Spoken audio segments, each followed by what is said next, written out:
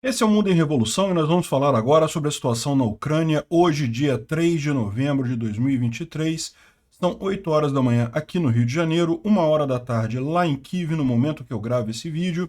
E tivemos mais um grande ataque de drones russos aqui contra a Ucrânia, né? Aqueles drones Shahed 136 de fabricação iraniana. Atingiram alguns alvos aqui bem no oeste do país, mas principalmente o principal alvo foi aqui na cidade de Kharkiv, em que atingiram várias estruturas aqui, colégios, enfim, uma tristeza esse ataque, né?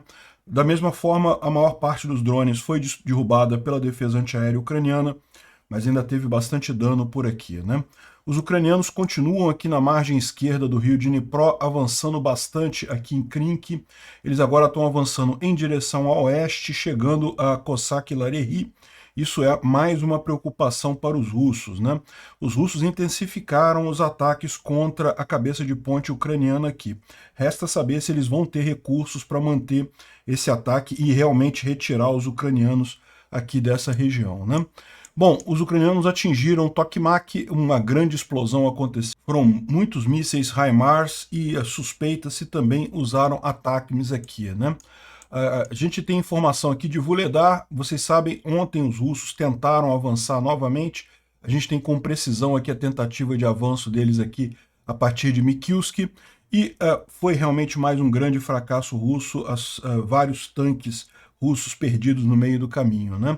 E também estão tentando aqui em Avdiivka. Existe mais esforço russo para avançar aqui em Avdiivka. Isso é preocupante, não tenha dúvida, mas, de novo, acho pouco provável que eles tenham sucesso por aqui, né? Do ponto de vista diplomático, a Câmara dos Deputados americana, né, House of Representatives, votou ontem um pacote de ajuda só para Israel, excluindo a Ucrânia. Aquele pacote que o Senado falou que não ia aceitar e o Biden falou que iria vetar. Vamos ver o que acontece a partir daqui, né? É uma situação delicada porque parece que os republicanos querem fazer tudo realmente para atrasar ao máximo qualquer ajuda à Ucrânia, né? De qualquer forma, a Europa reforçou esse caso e tem mais um monte de pacote de ajuda de países europeus, inclusive a intenção de colocar a Ucrânia na OTAN antes do fim da guerra. Vamos falar sobre esses e outros assuntos em detalhes. Essas notícias foram sugeridas por Petista Ama Pagar 2050 Impostos, Mestre Ata e várias outras pessoas. Obrigado aí a todo mundo que sugeriu notícias lá no nosso site, no visãolibertaria.com. Obrigado a você que está assistindo o nosso vídeo. Se você gosta do nosso conteúdo, por favor, deixe o seu like e se inscreva aqui no canal, né? Pois bem, essa noite foi mais uma noite aí triste, com um monte de drones Shahed 136 lançados pelos russos contra instalações civis ucranianas, né? Os russos lançaram 40 UAVs desses, 40 drones, dos quais 24 foram abatidos pela defesa antiaérea ucraniana. Infelizmente, 16 outros drones atingiram alvos aqui, infelizmente. A maior parte deles aqui na cidade de Kharkiv. Houve algum caso aqui bem no oeste da Ucrânia, já próximo aqui da Polônia. Houve também um caso aqui no sul de Odessa, mas o principal foco e o motivo pelo qual eles tiveram um alto grau de sucesso foi justamente porque foram lançados logo a partir aqui da borda da Rússia, né? Aqui já é a fronteira real entre Rússia e Ucrânia, né? E Kharkiv fica bem na fronteira aqui, então os russos conseguem atingir com muita facilidade a cidade de Kharkiv, muito rapidamente, e acabou tendo realmente alguns prejuízos bastante grandes aqui. Isso daqui é um prédio residencial que foi atingido ali próximo de Kharkiv. Isso daqui foi uma escola perto do centro de Kharkiv, também atingida por drones russos, né? Um colégio que tem mais de 100 anos de idade, que foi destruído aqui. Muito triste isso daqui. Levantou alguns questionamentos, né, de que a defesa antiaérea não teria conseguido derrubar um número grande de drones e coisa e tal, né? Só mais ou menos a metade. Mas a verdade é que a defesa antiaérea ucraniana tem aumentado de eficácia continuamente, né? Se você comparar os números desse mês com o número do mês passado, esse ataque particularmente pode não ter tido muito sucesso, né? A defesa antiaérea não conseguiu derrubar uma taxa grande, mas se você comparar a média do mês inteiro, sim, está melhorando a eficácia da defesa antiaérea ucraniana, né?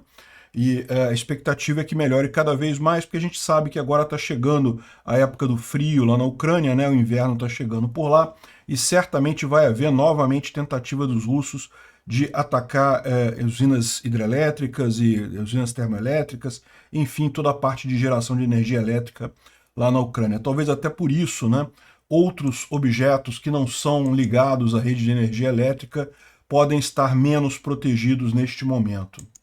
Bom, também teve um ataque de mísseis lançados a partir do sul, a partir da Crimeia. 2 mísseis Onyx foram lançados, mas eles não atingiram os alvos, né? Eles perderam sua capacidade de combate ao chegar na costa. O pessoal que não está querendo dizer se foi uma falha do míssil russo ou se foi o sistema de defesa antiaéreo ucraniano que derrubou esses 2 mísseis, né? Não houve danos ou feridos nessa situação. E, bom, está pegando fogo aqui, houve uma explosão e está pegando fogo na planta térmica de Sevastopol, né? Então, Sevastopol aqui na Crimeia ocupada, houve essa explosão na planta térmica aqui e eles tá pegando fogo. A gente não sabe se foi um ataque ucraniano, se foi sabotagem, ou se não foi nada, foi um acidente mesmo, né? Pode ser que tenha sido só um acidente ali na cidade de Sevastopol. Bom, falando sobre a linha de frente, aqui sobre Kherson, vocês sabem, em Kherson os ucranianos têm avançado continuamente aqui na margem esquerda do rio Dnipro, e aqui tem um post do Argonzo, né? A tradução está aqui, ele falando que os russos continuaram os ataques para tentar tirar os ucranianos dali, e continuam os ucranianos avançando em Poima, Pichanivka, Krink, e no último desses vilarejos houve expansão da cabeça de ponte em direção a oeste, né? O Vigeste mostra aqui justamente o avanço ucraniano aqui. Parece que os ucranianos fizeram mais uma cabeça de ponte bem a oeste de Krink e a leste de Kozak-Larehy, então seria aqui nessa região, né? Repara que Krink está aqui, os ucranianos têm uma presença aqui nessa região, mas é uma cidade que vai se esticando toda a vida, tá vendo aqui? Tem rua aqui, tem casas nessa região toda aqui, e aqui ela quase que emenda com Kozak-Larehy. Os ucranianos teriam feito uma outra cabeça de ponte aqui, cortando essa comunicação aqui, certamente para dificultar os russos fazerem ataques contra Krink, né? O Andreu Pirpito traz aqui as informações sobre a situação ali em Krink, né? E ele mostra aqui, ó, deixa eu tirar minha cara daqui, ele mostra aqui que os ucranianos continuam aqui em Krink, né, dominando essa área central da cidade aqui, e os russos têm feito de tudo para tentar retirar os ucranianos daqui, mas os ucranianos têm conseguido destruir um bocado de equipamentos russos aqui nessa região, né? Então tem vários ataques aqui feitos pelos ucranianos que acabaram destruindo equipamentos russos aqui, inclusive alguns BTRs, alguns tanques e coisa e tal blindados nessa região aqui foram destruídos pelos ucranianos, né?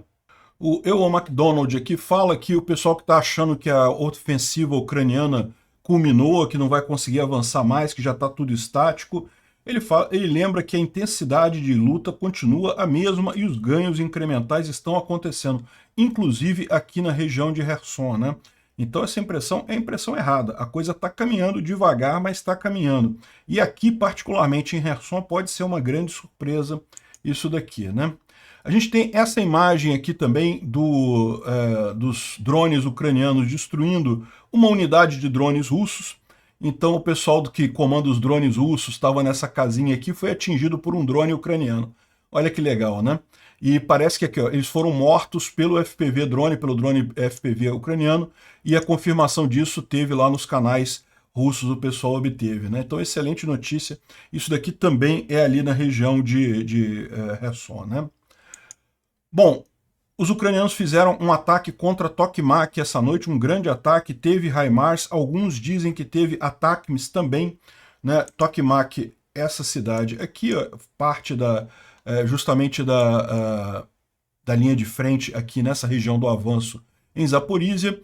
A gente não sabe exatamente o que foi atingido aqui, né? Segundo diz o Vigeste, teria sido essa região aqui da energia elétrica, uma região de painéis solares aqui, né? Uma fazenda de painéis solares que tem aqui, Mas a gente não sabe, né? Pode ter sido alguma coisa que os russos estavam escondendo ali. E lembra, aqui do lado tem o aeroporto aqui, a base aérea de Tokmak, que pode ter sido um alvo também. Será que os russos botaram a defesa antiaérea da base aqui perto dos espelhos para disfarçar, né? Para esconder? Enfim, a gente não sabe ainda o que foi atingido aqui, mas teve coisas atingidas, né? E não foi só aqui em Tokmak também não, tá? Teve também mais ataques aqui em Chaplinka e Brilivka, aqui no sul de Kherson. Também foram ataques feitos pelos ucranianos de ontem para hoje. Mas o grande assunto, sem dúvida alguma, é a região aqui de Vuhledar, né? Na verdade, o avanço russo, ou a tentativa de avanço russo, aconteceu principalmente aqui em Mikilsk. O mapa aqui é um pouco diferente, mas aqui dá para ver que eles avançaram em direção a leste, né? E tiveram muitas perdas aqui mesmo. Esse vídeo aqui mostra a coluna de tanques russos avançando ali e mais uma vez sendo dizimada pela artilharia ucraniana aqui na região, né? Um monte de explosões aqui, o pessoal ficou a pé, um monte de... Olha só a quantidade de tanques e outros blindados aqui destruídos nessa região. O curioso é, como diz o pessoal, que foi mais ou menos nessa época do ano, no ano passado, que os russos tentaram esse grande avanço aqui em Vuhledar e acabou destruindo toda a 150ª brigada deles lá aqui na região, né? Realmente uma tragédia no passado, estão repetindo exatamente de novo, um ano depois isso, com o mesmo resultado, né? O Andrew Perpito também traz aqui informações mais detalhadas da tentativa de avanço russo. Como você pode ver, na verdade foi a partir de Mikilsk, né? A tentativa de avançar para cá é justamente para tentar pegar as defesas em Vuhledar pelo lado, né? Como você pode ver, Vuhledar está aqui, ó. É essa área que os ucranianos dominam. Os russos têm Mikilsk, tem Pavlivka. Então, tentar o ataque direto a Vuhledar, eles já tentaram várias vezes, não conseguiram. Mas esse ataque aqui também, eles já tentaram antes. Qual que provavelmente era o objetivo deles? Avançar por aqui para tentar pegar Vuhledar pelo lado, né, a partir de leste, né? Então tentaram um vetor de ataque seguindo por essa linha de árvores aqui e outro vetor de ataque indo aqui para leste. E ambos tiveram consequências trágicas, um monte de equipamento destruído aqui, um monte de coisa destruída e falha total dos russos nessa tentativa deles, né? Mais uma quantidade trágica de perdas aqui em Vuhledar. Que bom que eles continuam batendo cabeça por ali, né? O Tendar está lembrando aqui que exatamente um ano atrás que os russos tentaram tomar Vuhledar pela primeira vez e um ano de novo continuam com o mesmo problema, né? Tem aqui algumas imagens aqui realmente impressionantes aqui dos tanques destruídos. Mais um monte de carcaças aqui.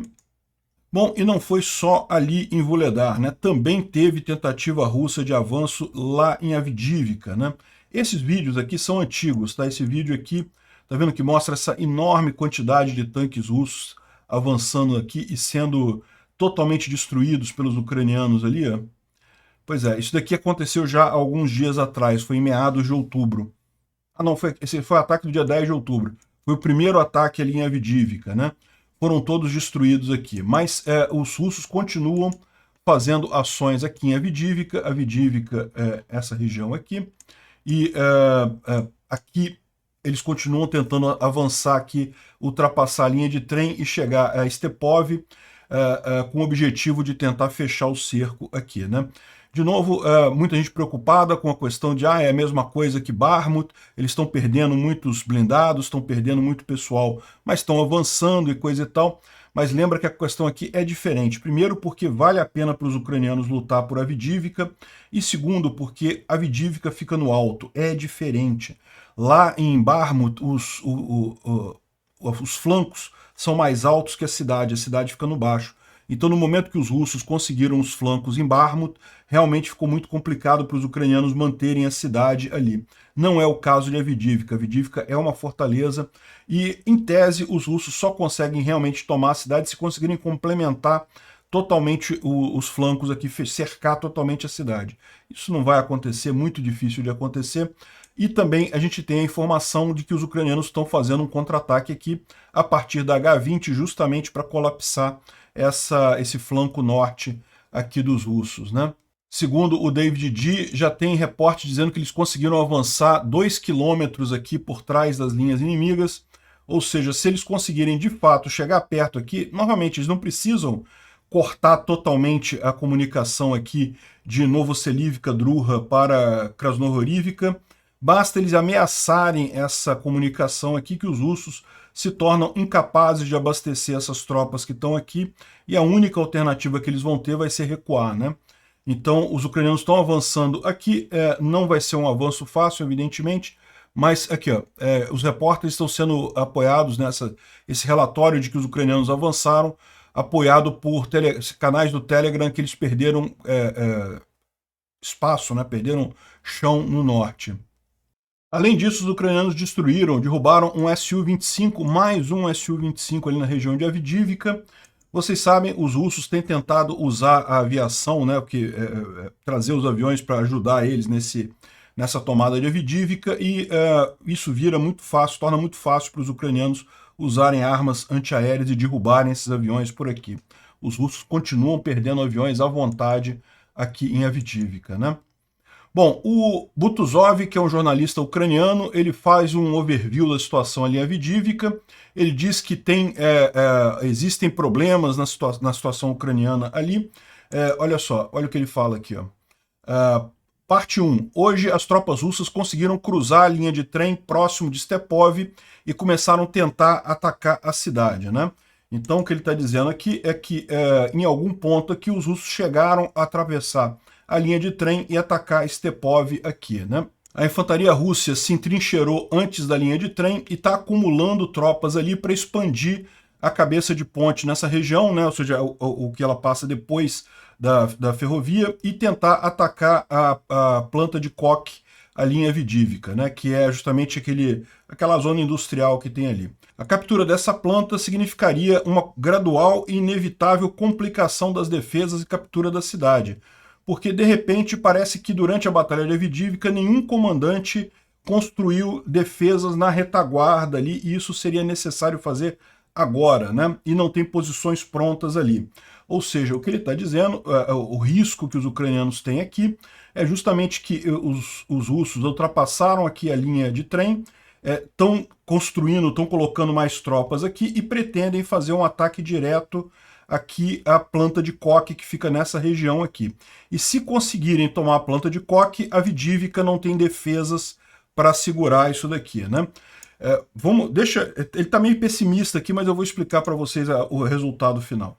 Os assaltos russos continuam ao sul de Avdiivka, onde eles estão expandindo o breakthrough na área de areia ali da duna, no vilarejo de Optiny, que é a segunda direção de cerco de Avdiivka, né?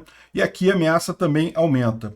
As tropas ucranianas estão tendo sucesso nas operações de combate na cidade em si. A 110ª Brigada Mecanizada, de maneira muito exitosa, repeliu todos os ataques russos, inclusive restaurou várias posições que o inimigo havia capturado durante aquele assalto massivo que teve no dia 10 de outubro, né?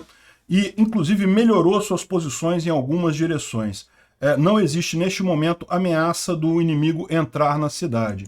Então, por que Avdiivka é uma armadilha tão grande para os russos? Muitos vão lembrar do cenário da perda de Severodonetsk, Lysychansk, Soledar e Bakhmut. Mas a situação em Avdiivka é taticamente diferente. Primeiro, a 110ª Brigada Mecanizada mostra uma capacidade de combate excepcional e mantém a cidade com confiabilidade, evitando que o inimigo consiga ganhar qualquer das construções da cidade, né? O inimigo está avançando ao norte e ao sul das posições da brigada, ou seja, o problema são os flancos. A cidade de Avdiivka está muito bem defendida. Segundo, nossas tropas têm posições muito mais vantajosas em termos táticos, e eles mantêm os flancos do avanço russo, né? As tropas russas avançam ao norte de Avdiivka em um estreito corredor de terras baixas, de até 4 quilômetros de largura. Neste corredor, eles estão tentando cortar nosso corredor de 8 quilômetros de rotas de suprimento, né? Ou seja, o que ele está falando aqui? Os russos estão avançando aqui num corredor de 4 quilômetros, não é tão amplo quanto eles estão colocando aqui, né? Mas tem 4 quilômetros aqui que eles estão andando aqui, e eles pretendem cortar um corredor de 8 quilômetros, que é esse corredor aqui, que os ucranianos usam para abastecer a Avdívka. Tem várias rotas aqui dentro, né? Então ele está querendo reforçar aqui justamente a insanidade que é os russos acharem que vão conseguir fechar isso daqui. Eles estão com uma tropa estreita tentando fechar uma coisa enorme. Então esse é o problema, né? A cidade de Avdívka está bem protegida, e por mais que os russos estejam fazendo aqui algum avanço, tenham conseguido alguma vantagem aqui, até por talvez erro dos comandantes ucranianos, isso não vai ser viável, não é viável para eles fazer o cerco da cidade, né? A maior parte das rotações e reservas russas será danificada durante esse avanço, uma medida que as tropas ucranianas contêm esses flancos e conseguem comandar todas as alturas, todas as colinas nesse setor, né? Esse é aquele outro ponto que eu mencionei para vocês. Ao contrário de Bakhmut, em que a cidade fica no baixo e os flancos ficam no alto, e daí quando os russos tomaram uma parte dos flancos já complicou a situação aqui na cidade, a Avdívka é o contrário, a Avdívka está no alto, então eles conseguem maltratar os russos que chegam aqui pelos flancos, tentando fechar o cerco aqui à cidade, e os russos que sofrem com isso, né? A infantaria russa está sofrendo perdas significativas, é muito mais difícil para eles conduzirem a ofensiva e manterem posições do que é para nós nos defendermos. Terceiro, se a gente conseguir estabilizar a defesa a norte de Avdívka, então, mesmo numa defesa posicional, as tropas russas vão sofrer muitas perdas, muito maiores do que as nossas, né? A situação próxima a Avdívka ainda traz muito mais riscos para os russos do que para os ucranianos. Quarto lugar, as tropas russas não têm uma grande vantagem numérica. Os ucranianos têm um grande número de pessoas e equipamentos ali, mas de maneira a usar essa vantagem à nossa posição, é necessário estabilizar a defesa, né? Então ele reforça que a situação está tranquila, o único problema é que os ucranianos têm que estabilizar esse flanco norte aqui, tem que dar um jeito de parar isso daqui. E aí ele vem para cá, ó. O que a gente deve fazer? O que os ucranianos devem fazer? Primeiro, tem alguns cenários de ataque que eles podem ver, né? Por exemplo, o cenário de Bakhmut-Soledar, que é justamente tentar o contra-ataque contra essas tropas russas, né? Ou seja, os ucranianos fazerem ataques contra as tropas russas para vender muito caro o terreno. Então, é basicamente aquela estratégia que o pessoal parece que está fazendo aqui, de fazer um contra-ataque, tentar cortar as tropas russas aqui, e no final das contas tornar muito caro para eles avançar naquela região, né? O segundo cenário é manter o comando das tropas ao norte e ao sul da cidade subordinadas ao comando da 110ª Brigada, ou seja, já que a 110ª Brigada está fazendo um excelente trabalho ali em Bakhmut, na cidade em si, talvez seja o caso de deixar todas as outras tropas que estão ali na região subordinadas ao comando dessa brigada para conseguir manter a coisa parada, né, para conseguir estabilizar o avanço aqui. Nós precisamos de um sistema único de inteligência e transferir pelo menos 2 batalhões com os comandantes com capacidade de combate e experiência, mas justamente para ser comandado pelo pessoal da 110ª, né? Fazendo isso, a estabilização da defesa ali permitiria que a cabeça de ponte ali na área de Stepov e, eventualmente, na fábrica seriam exprimidas de todos os lados e deixa eles ficarem ali parados, sentados, como se estivessem num range de tiro. E eles ali naquela área baixa não serão capazes de ganhar força e serão realmente destruídos completamente para a gente.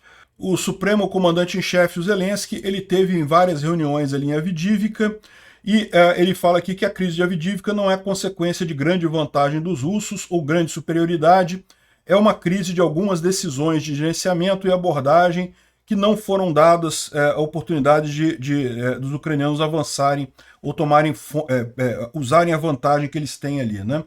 Então, ou seja, o que ele coloca aqui é que ele acha que a situação está tranquila, houve algumas besteiras feitas pelos ucranianos, existe algum risco, mas tem toda a condição de segurar esse avanço russo e espremer eles ali, por mais que eles estejam realmente, que seria crítico se eles conseguirem avançar aqui para Stepov e aqui para a fábrica, a Avdívka ainda está no alto, eles iam ficar atingindo os russos aqui numa posição muito favorável por aqui, né? Agora, tem a informação também do pessoal que os russos estão planejando mais uma grande onda ofensiva à linha Avdiivka. Então eles estão esperando que vai haver mais um grande ataque russo ali. Então os ucranianos têm que se preparar para essa possibilidade. Certamente eles vão tentar isso, não vão desistir fácil, mas não deixa de ser positivo porque estão perdendo uma quantidade enorme de pessoal, de equipamento, estão tomando um prejuízo enorme ali em Avdiivka, né?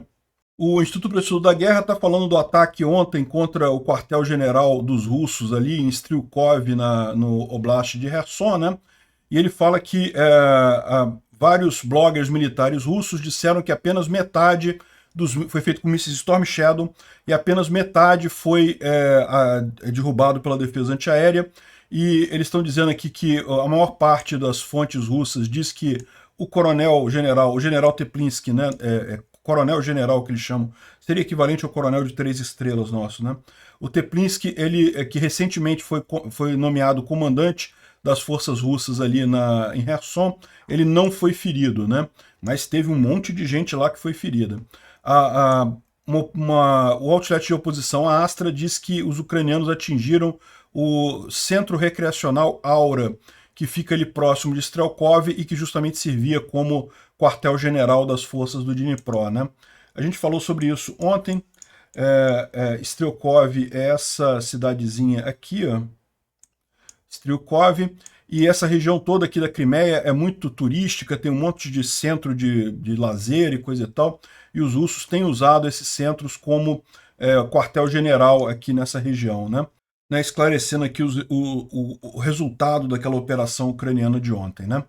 Bom, ele fala mais algumas informações aqui sobre o artigo do Zalushny, né, que tem muita discussão em cima disso, mas a gente já falou sobre isso ontem, também sobre a Coreia do Norte mandar munição, enfim. A gente tem a informação de que essas estrelas de Davi que estão sendo pintadas em prédios franceses lá em Paris, né, teria sido feito por russos. Olha só, aqui mais de 60 estrelas de Davi foram pintadas em casas de judeus e negócios em Paris alguns dias atrás. A polícia francesa prendeu um casal da Moldóvia que disseram que estavam agindo sob ordens de um indivíduo na Rússia. Ou seja, quem diria, né? O Putin está por trás disso daqui. É óbvio que estaria. E aqui, ó, mais um vídeo das Al-Qassam Brigade, que é o braço militar do Hamas, né? E mais uma vez dá para ouvir um instrutor falando em russo, mais rápido, ou seja, claramente tem instrutor russo por trás disso daí. Os russos estão ajudando o Hamas nessa briga contra Israel, né? Evidente que isso está acontecendo. Bom, uma preocupação dos ucranianos e por consequência de todos nós, né, é a questão dos pacotes de ajuda americanos, né?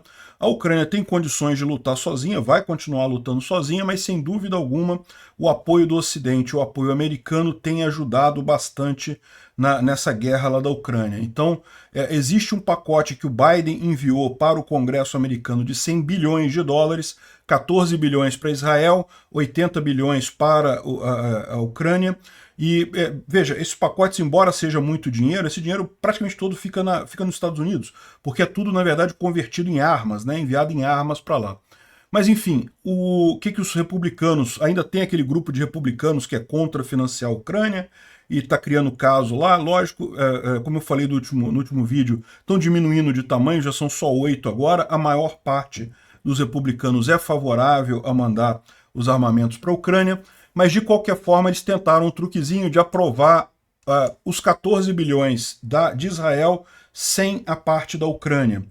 O Biden e o Congresso, o Senado americano falaram que vão vetar essa ajuda de 14 bilhões para Israel se não vier acompanhada da ajuda da Ucrânia, né? Eu espero que eles mantenham a palavra deles, porque é lógico o truque que eles estão fazendo aqui, né? Se conseguirem passar esses 14 bilhões para Israel sem o dinheiro da Ucrânia, eles vão tentar enrolar ao máximo o dinheiro da Ucrânia, né?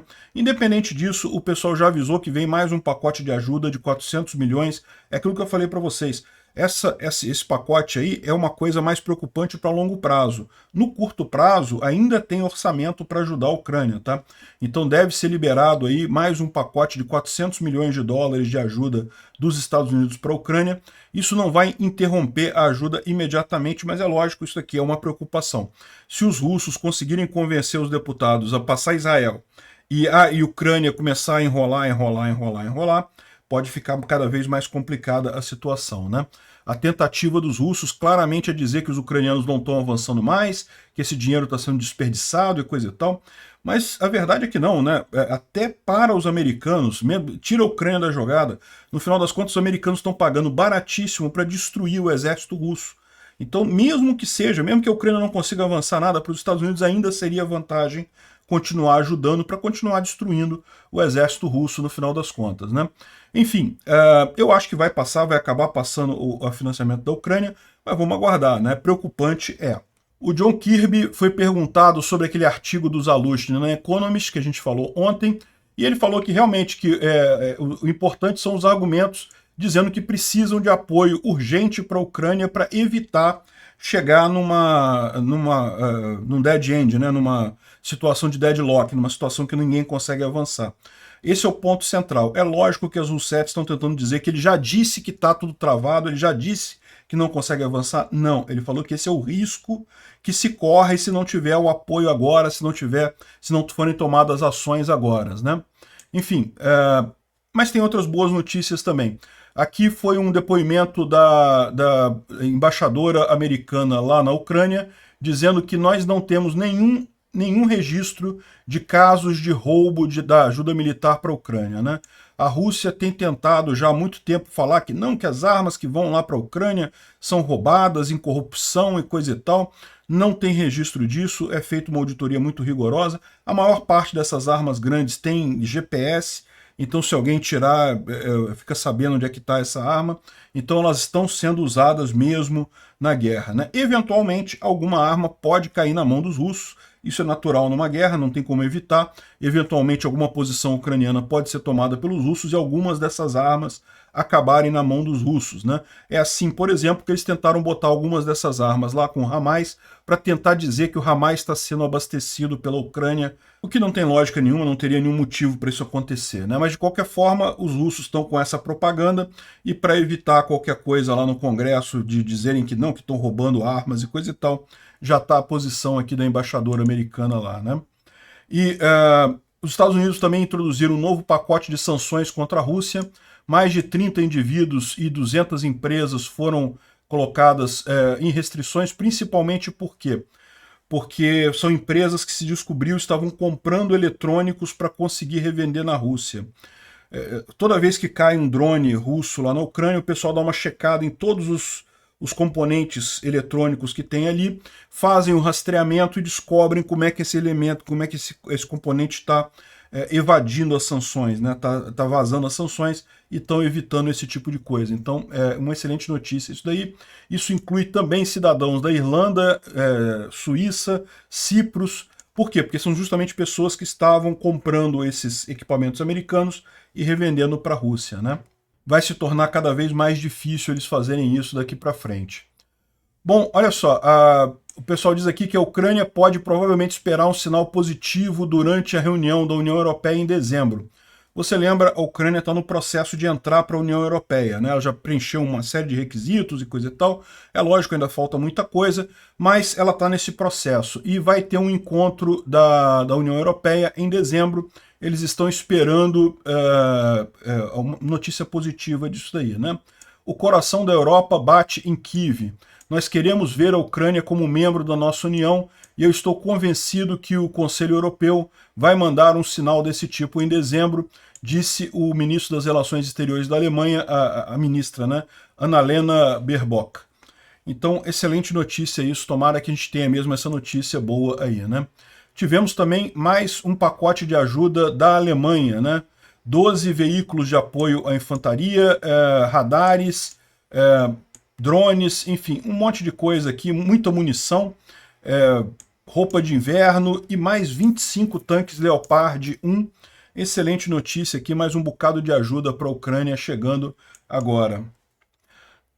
O antigo secretário-geral da OTAN ele está pedindo à OTAN para garantir a entrada da Ucrânia mesmo antes da guerra terminar. Eu acho isso pouco provável. Tá? Seria uma coisa ótima, seria excelente, mas a grande questão é a seguinte: como que a Ucrânia vai entrar se ela está no meio de uma guerra? Porque isso seria artigo 5 imediato, né? Já entraria toda a OTAN na guerra. Então eu não vejo isso acontecendo. Bom, o cara está falando isso daí, está dando força para a entrada da Ucrânia na OTAN, mas eu não vejo como uma possibilidade real isso daqui. Mas que bom que está sendo discutido isso, né? Bom, e também chegou na linha de frente ucraniana o sistema Archer sueco, né? É um sistema de um obus autopropulsado muito grande, dá para ver aqui, tem uma precisão muito grande, já estava vindo há algum tempo, agora finalmente ele está ali em algum lugar da Ucrânia, ali com a 45ª Brigada Ucraniana, né? E bom, a Ucrânia colocou a Nestlé na lista de patrocinadores da guerra internacionais, né? A Nestlé ainda está atuando na Rússia, ainda tem fábricas na Rússia, ainda emprega gente na Rússia, ou seja, muitos dos mísseis que estão matando crianças ucranianas estão sendo bancados com o dinheiro da Nestlé, né? Realmente um absurdo isso daqui. E olha só, as marcas principais aqui tem um monte de coisa, Kit Kat, Nescafé, Nesquik e etc, né? Certamente deve-se evitar esse tipo de marca associada ao terrorismo internacional. Bom, e só para terminar aqui, uma coisa muito engraçada, né? Propaganda russa, eu vou te falar um negócio. O cara falando aqui, a Roussetti falando aqui, ó. Não, isso daqui nós capturamos mercenários americanos e tiramos os badges deles, né? Aqueles badges são esses adesivos de roupa que você usa para identificar de qual exército, de qual batalhão você é, né? Enfim, aqui, ó, aí fala outras besteiras aqui, temos que erradicar o satanismo e coisa e tal, a Rússia não tem opção e tal. Então isso daqui supostamente são badges que eles tiraram de um mercenário americano, né? E a coisa mais idiota do mundo, o negócio da NASA, porque os russos realmente não fazem ideia, aparentemente, né? NASA é a Agência Aeroespacial Americana, era o que? Um astronauta, o cara? Capturaram um astronauta lá na Ucrânia, né? Não faz sentido nenhum, o cara tá usando um badge da NASA. Esses badges da NASA são muito populares, o pessoal usa isso, eu tenho camisa da NASA e coisa e tal, é um símbolo muito popular, mas evidentemente como badge para um soldado na Rússia não faz sentido nenhum, né? Enfim, é besteira isso aqui, mais mentira russa. Obrigado por assistir o vídeo até o final. Se gostou do conteúdo, não esqueça de deixar o seu like, isso ajuda o canal a crescer e a chegar para mais gente. Se não gostou, deixe o dislike e explique nos comentários como podemos melhorar. Comente também sugestões de temas que podemos trazer por aqui. Comentários insultuosos ou defendendo ditaduras e criminosos de guerra serão sumariamente bloqueados. Agradeço a compreensão. Se ainda não é inscrito no canal, considere se inscrever clicando no botão inscrever-se abaixo e marcando a campainha para todos os avisos. Se quiser ajudar o canal, veja no nosso site como você pode fazer isso.